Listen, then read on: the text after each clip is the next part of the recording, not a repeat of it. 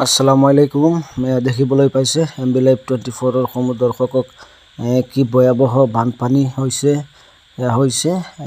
ত্ৰিপুৰা জিলাৰ বানপানী বাংলাদেশৰ পৰা সম্পূৰ্ণ বানপানী হোৱা পৰিলক্ষিত হৈছে।